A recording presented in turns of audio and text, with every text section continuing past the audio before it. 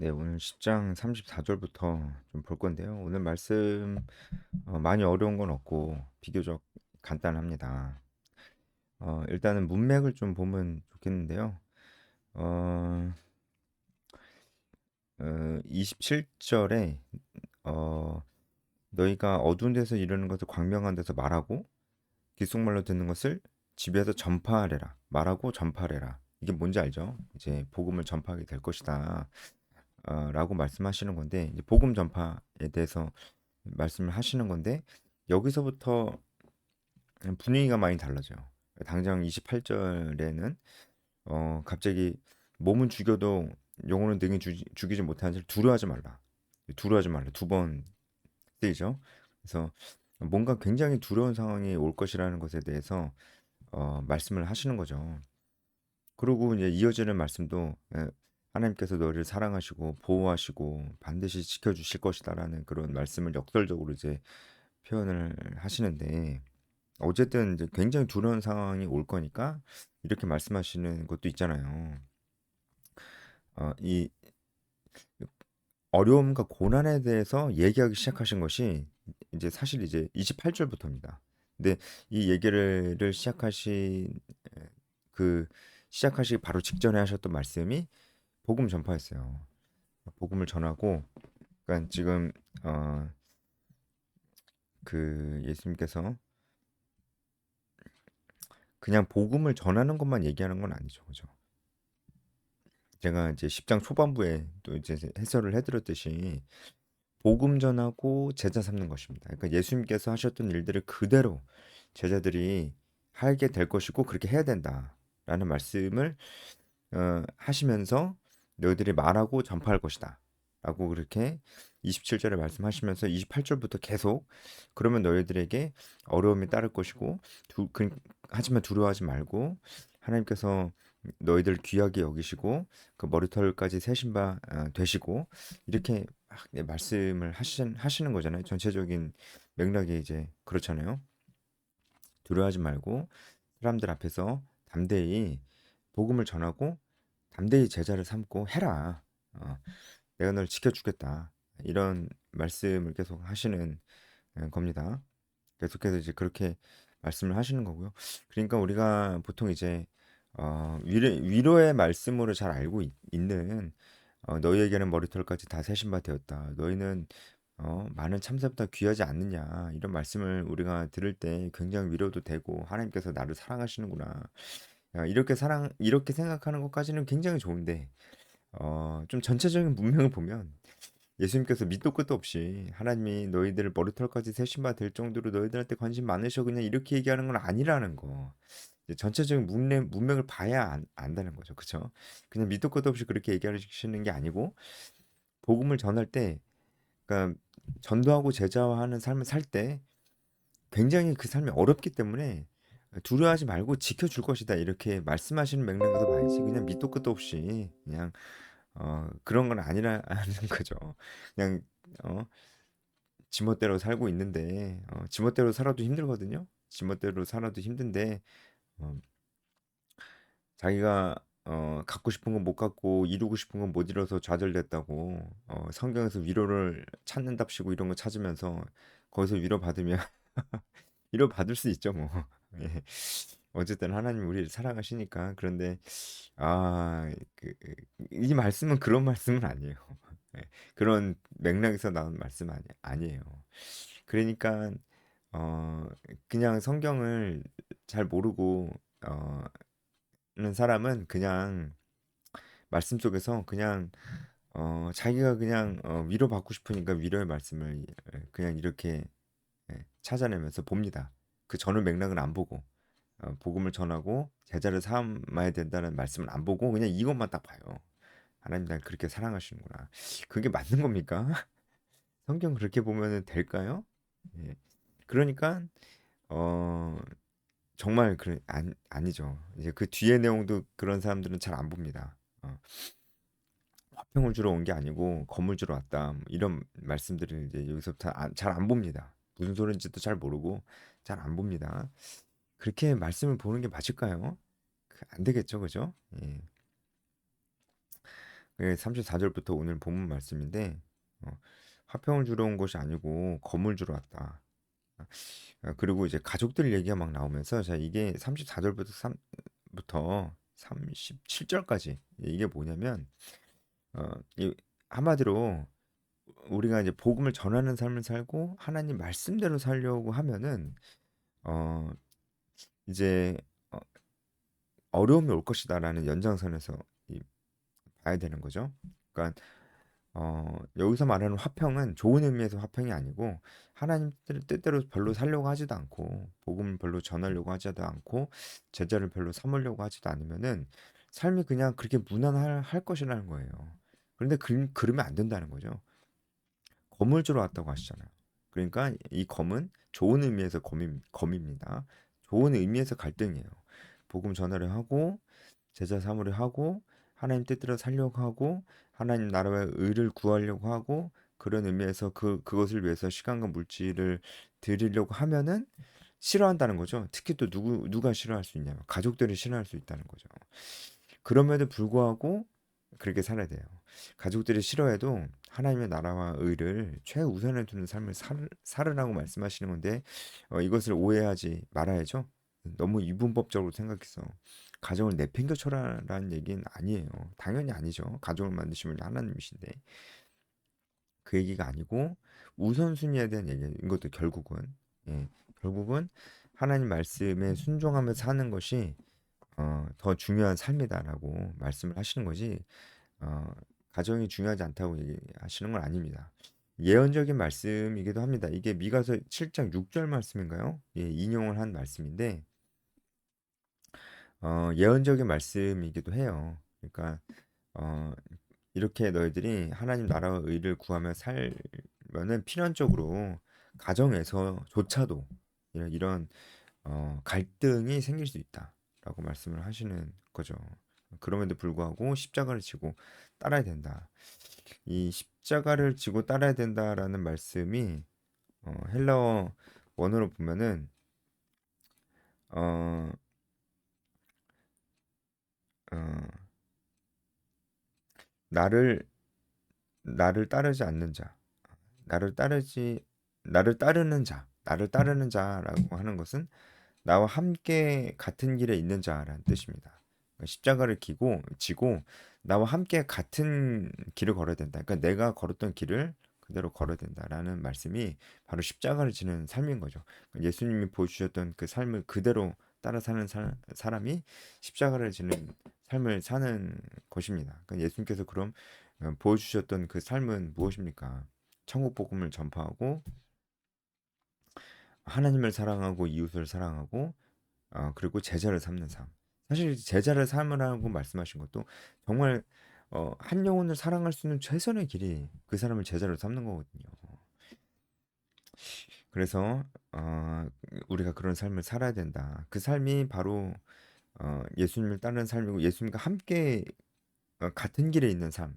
헬라어 원어적으로 봤을 때 어, 나를 따르는 자, 예수님을 따르는 자는 헬라어로 나와 같은 길에 있는 자라는 뜻이니까 그렇게 사는 사람이 예수님과 같은 길에 있는 자인 겁니다. 그 사람이 바로 십자가를 지는 사람이고 그 사람은 자기 목숨을 아까워하지 않는 사람이에요. 그래서 막 진짜 막 저기 어, 막 이슬람 국가들 막 들어가서 막 내 목숨을 아끼지 말라고 그랬다고 복음 전하라 막 뭐 갑자기 이슬람 사원 한가운데서 노방 찬양하고 그러란 얘기가 아닙니다. 이 얘기는 그죠? 어, 그래서 이원론적으로 이분법적으로 생각하면 안 된다 그랬죠. 이거는 정말 우선순위에 대한 얘기입니다.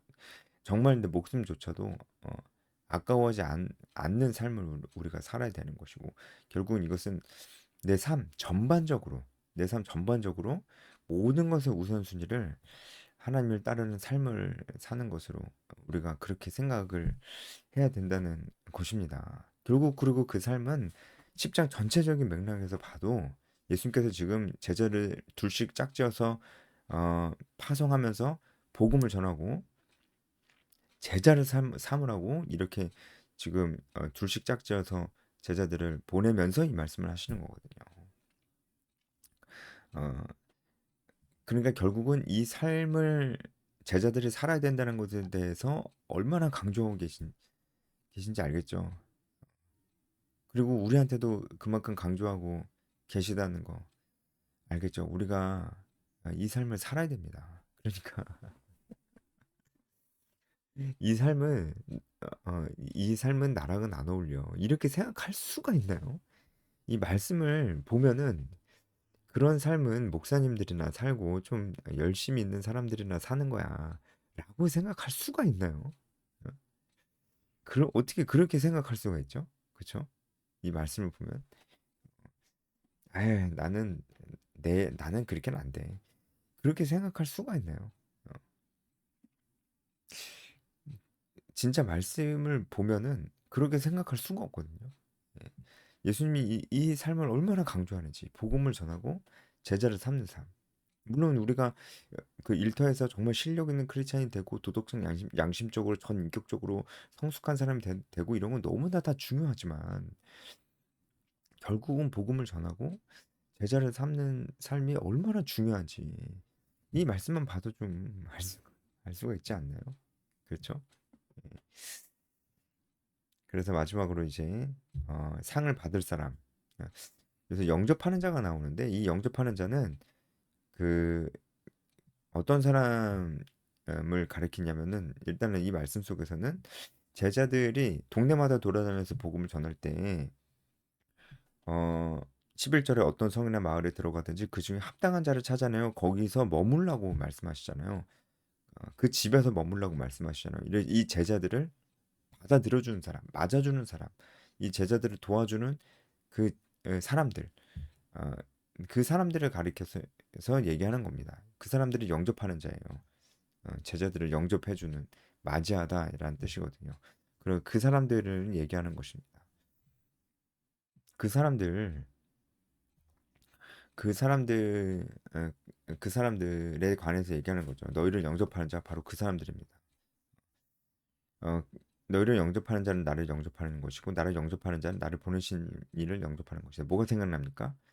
대사가 생각나죠. 대사. 이제 왕의 대사를 극진히 모시면 그 왕을 극진히 모시는 것과 똑같은 거잖아요. 그렇죠? 그러니까 예수님께서 그렇게 복음을 들고 그리고 또 제자를 삼으려고 하나님 나라와 의를 위해서 사는 그 사람을 누군가 도와주면은 어, 그 나를 영접한 것과 똑같이 여기시겠다고 하는 것은 그 사람들을 하나님께서 보내셨다는 거죠. 그죠? 보내신 받은 사람들. 그래서 우리가 이걸 보고 야 그래 목사님 잘 모셔야 되겠다. 선교사님 잘 모셔야 되겠다. 이렇게 생각하는 것도 뭐 나쁘지 않습니다. 당연하죠. 좋은 건데 그렇게 하면서 자기는 안 해. 나는 영접하는 사람으로만 살 거야. 그러니까 쉽게 말해서 난 서포터야. 난 서포터를 하는 사람이 체질에 맞아. 그러니까 나는 그렇게 사는 사람을 도와주는 삶을 살 거야. 이렇게 보면 곤란합니다. 예. 당신이 그런 삶을 살아야죠. 당신이 제자들처럼 동네마다 돌아다니면서 어, 영접을 받는 사람. 그래서 당신이 누군가를 복음을 전하는 그런 사람이 돼야죠. 그러니까 이건요. 어떤 특정한 누군가는 제자들처럼 전도와 제자의 삶에 올인하고 어떤 특정한 누군가는 맨날 그 사람들 뒷바라지를 영접만 하고 그렇게 이것도 이분법적이죠. 그렇게 적용하라고 말씀하신 게 아닙니다. 이건요. 누군가는 복음을 전할 때 누군가는 그 사람을 도와줘야 되고 또 그 사람이 또 복음을 전할 때 그 옆에 사람 또 도와줘야 되고 그러니까 어떤 때는 주도적이고 어떤 때는 서포터가 되고 어떨 때는 리더가 되고 어떨 때는 서포터가 되고 그렇게 하란 얘기지 만년 서포터만 하고 자기는 이제 전면에 나서진 않고 늘 그렇고 그죠. 여기서 제가 별로 안 좋아하는 그 대표 기도할 때 별로 안 좋아하는 내용이 우리 담임 목사님 사역을 잘 돕게 해주세요. 저는 별로 안 좋아합니다. 예. 담임 목사님 사역 잘 도와야지. 함께 하는 거죠. 사실 돕기만 하면 안 되고요. 담임 목사님 사역을 잘 함께 해야죠. 마음을 함께 한 뜻으로 해야죠. 근데 담임 목사님만 리더예요. 모든 성도들 다 서포터예요. 다 팔로워만 합니다. 리더는 안 합니다. 리더는 담임 목사님 혼자입니다.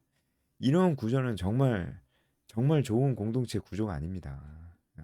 그래서 자꾸 그런 기도 속에서 서포터 마인드. 어. 나는 만년 서포터야. 어, 나는 리더는 아니야. 이 서포터 마인드가 보이는 것 같아서 저는 그래서 그런 의미에서는 그런 기도 별로 안 좋아. 그러면 안 되죠. 당신도 리더를 하셔야죠. 어, 당신이 리더로서 정말 주도적으로 복음을 전하고 제자를 삼을 때 당신을 도와주는 사람들이 있어야 됩니다. 그리고 다른 사람이 또 그렇게 삶을 살 때 당신도 서포터가 돼줘야 되고 그렇게 우리는 서로가 서로에게 다 우리는 리더가 될 때도 있고 서포터가 될 때도 있는 거예요. 마치 우리가 이 세상에 살면서 어, 만년 소비만 할 수가 없잖아요. 어떨 땐 생산자로 있고, 어떨 땐 소비자로 있고, 그렇잖아요. 그렇게 되는 것처럼 어, 그렇게 봐야 됩니다. 어쨌든 이 말씀은 어, 그렇게 누군가를 이렇게 영접하는 자, 서포터죠. 그 사람 아주 잘하는 거다 칭찬해 주시는 것이고, 어, 여기서 너희를 영접하는 자, 너희는 제자들이잖아요. 그렇죠? 그 너희 제자들 너희를 영접하는 사람도 아주 잘하는 거고, 선지자의 이름으로 선지자를 영접하는 사람도 아주 잘하는 거고. 근데 이 선지자의 범위는 좀 더 넓습니다. 이 제자들보다는 좀 더 넓은 범위입니다. 예. 근데 의인을 영접하는 자도 잘하는, 의인은 좀 더 넓은 범위입니다. 그리고 42절의 맨 마지막으로 작은 자들 중에 한 명이라도 만약에 그런 복음 전하는 삶을 살고 있다면 그 사람을 그렇게 영접하는 것도 그것도 잘하는 거고. 그러니까 범위가 더 넓어져요. 처음에는 막 제자들을 영접하는 자를 칭찬하셨는데 나중에는 그 범위가 넓어서 아주 작은 자도 영접하는 자는 아주 잘하는 거예요. 잘한다고 하는 거예요. 그래서 이것도 너희 중에 아주 작은 자까지도 너희가 잘 보살펴라. 이 말씀이 아니에요. 이것도 너희 중에 가장 작은 자들도 제자들처럼 살아야 된다라고 얘기하는 거죠. 그리고 그 사람을 또 서포트 해주는 사람도 잘하는 거다. 이렇게 말씀하시는 거죠. 그렇게 범위가 점점 넓어지는 거거든요. 예, 그렇게 봐야 되겠죠? 이거는 어, 구제에 관한 말씀은 아닙니다. 그렇죠? 맥락을 보면 그렇죠? 그래서 오히려 작은 자 중에 한 사람들도 제자들처럼 살 수 있고 살아야만 한다라고 말씀을 하시는 것이 맞습니다. 예, 그리고 이제 예수님께서 11장 1절에 열두 제자에게 명하기를 마치시고 이에 그들의 여러 동네에서 가르치시며 전도하시려고 거기를 떠나가니라. 그래서 가르치시며 전도하시려고 떠나간다고 말씀이 되는데 이게 뭐 사실 같은 뜻입니다. 같은 뜻인데 또 어, 굳이 이제 따지면은 뜻이 조금은 다릅니다. 이제 어, 전도하는 거는 이제 그 그죠. 가르치시면 전도. 가르치는 것은 이제 어, 어떤 진짜 뭐 쉽게 말하면 강의입니다. 강의하는 거. 이제 하나씩 풀어서 설명해 주고 제가 지금 하는 것처럼 이렇게 강의하는 거고 이제 전도하신다는 것은 설교하시는 거. 복음의 내용들을 이제 설교의 형태로 이렇게 어, 조금 다르잖아요. 강의랑 설교는 좀 다르잖아요. 그렇죠? 이제 그 두 가지를 어쨌든 방법을 다 사용하셔서 가르치시기도 하고 이렇게 설교처럼 전파하시기도 했다. 예수님께서 그렇게 사역을 하셨다라고 하시는 것입니다. 여기까지 하겠습니다.